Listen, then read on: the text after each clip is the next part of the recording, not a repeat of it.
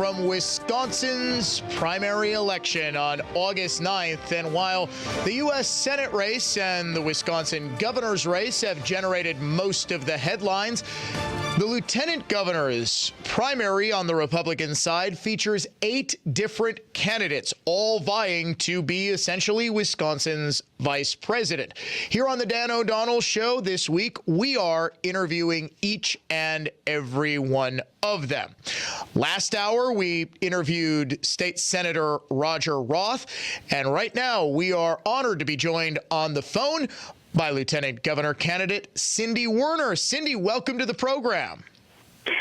Thank you, Dan. Thank you so very much for this opportunity. I appreciate it. Well, the pleasure, ma'am, is all mine. So I want you to take a minute or so to introduce yourself to Wisconsin voters who might not know who you are, who might not have heard of you before. Who is Cindy Werner, and why does she deserve your vote for Lieutenant Governor? Thank you so very much for that and giving me an opportunity to have your listeners listen to me and hopefully earn their vote. You know, Dan, I am not a politician. I'm not a public speaker. I'm not a Johnny-come-lately salesman or bureaucrat.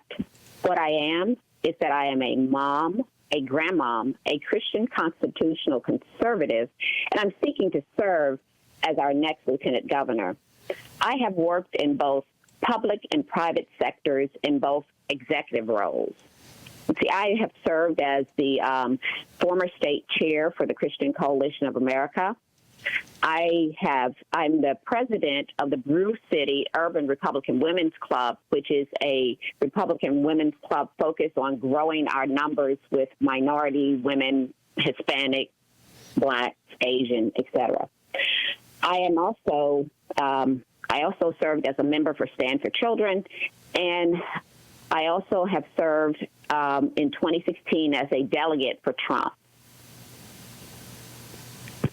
Okay, thank you very much. So your relevant leadership experience, because you don't have experience with elected office, but you believe your experience with the Army, your experience being involved in politics, that's going to be the way you're going to be able to take that job as lieutenant governor and sort of run with it. Exactly. Because, Dan, you know, I have served on a school board. So I do have that experience as an elected official. I have over 30 years experience fighting for our conservative values. I was born in rural America. I was raised in the projects in Philadelphia. And talk about the American dream, I am now running for lieutenant governor. You know, when I served in the United States Army, it taught me the value of leadership and the importance of working with people with differences. And I also served as the executive director for Women Off of Welfare. And in that role, it helped me to help women go from the roles of welfare into the workforce.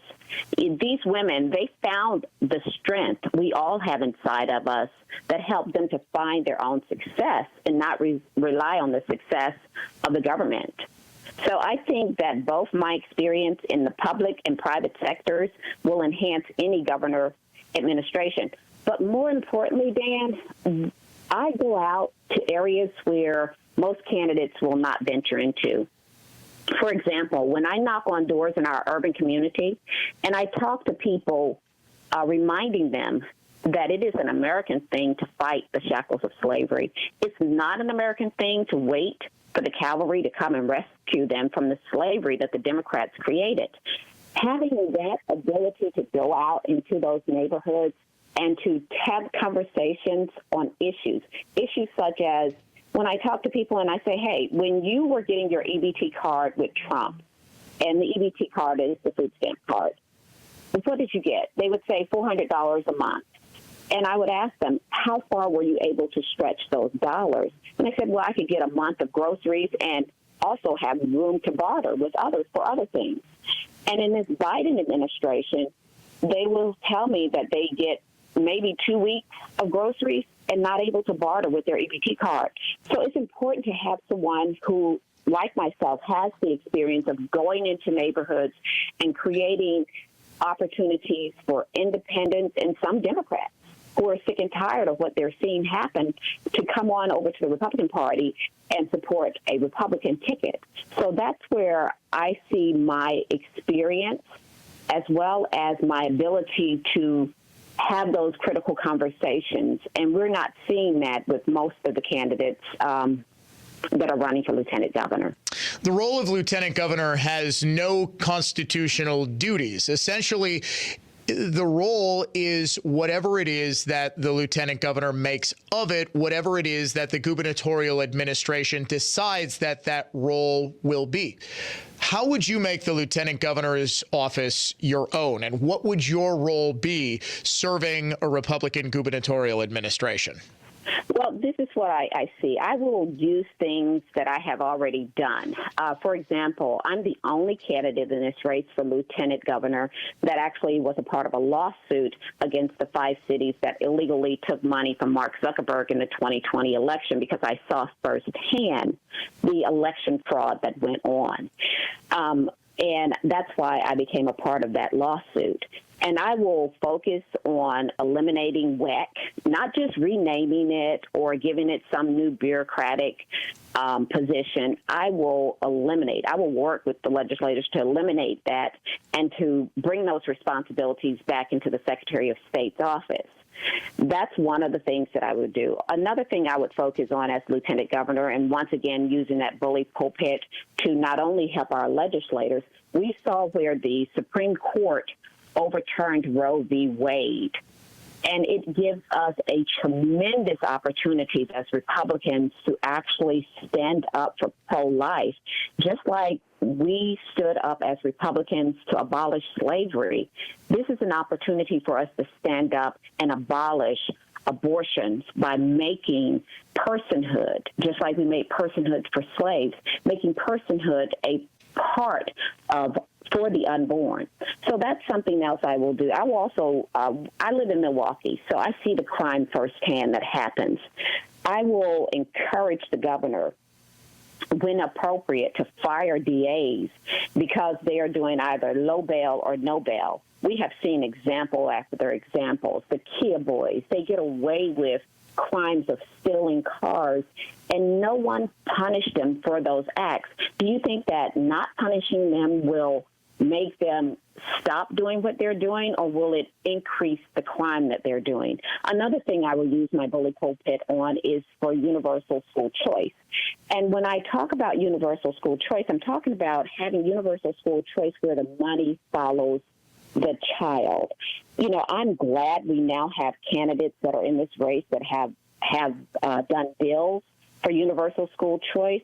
But my question is this: why now? Why not when they were in office years ago, when we had Republicans that were in control of our governor's mansion? So those are some of the things that I would look at.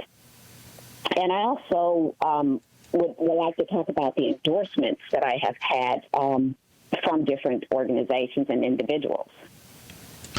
And how would you use those endorsements, your relevant experience, to be a boon to the Republican ticket? Because ultimately, you need to be an asset. You are running on a ticket with either Rebecca Clayfish or Tim Michels. How would you be an advantage in the race against Tony Evers? Black, conservative, Christian, constitutional, female. And that is in fairness, though, I'm sorry to cut you off, Cindy, though, but isn't that playing the sort of identity politics game that the left plays? It's relevant because it's real. That is exactly what I am. And it's not playing identity politics. It's the truth. And that is what the truth is.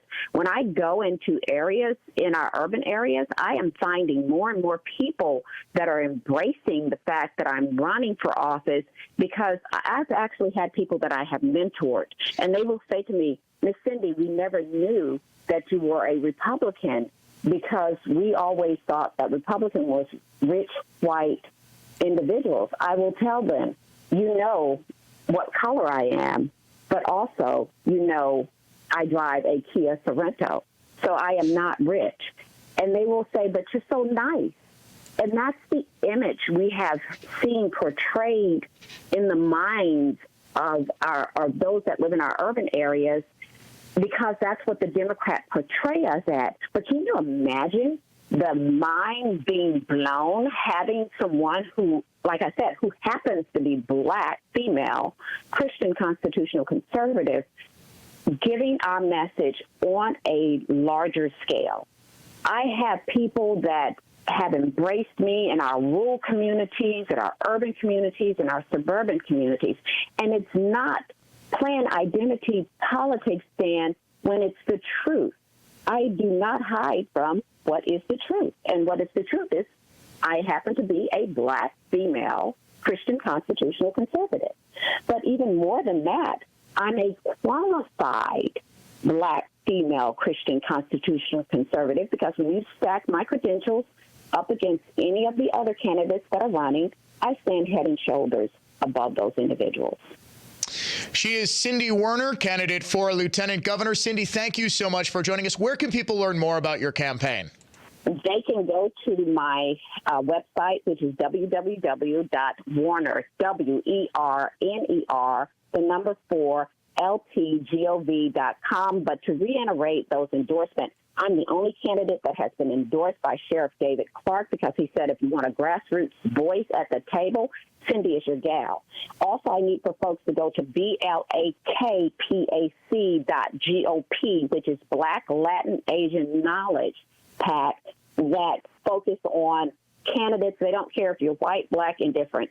They will endorse only candidates that fits their missions, which is Christian constitutional mission. I'm also the only candidate that's endorsed by Veterans for America First. I need people to get out. I need them to understand that we can win Wisconsin back. We just have to be bold enough to stand up and work with an individual like myself who's not playing identity politics, but calling the truth what it is, which is the truth. So I am Cindy Werner. I'm seeking to serve as the next lieutenant governor. I'm a mom, a grandmom, a Christian constitutional conservative seeking to serve as our next lieutenant governor, and I have over 30 years experience fighting for our conservative values. Thank you so very much, and everyone have a blessed day. Thank you so much, Cindy. I am Dan O'Donnell, interviewing each and every one of the 8 lieutenant governor candidates. That was Cindy Werner. Coming up tomorrow, Will Martin and Jonathan Wickman. We'll be right back.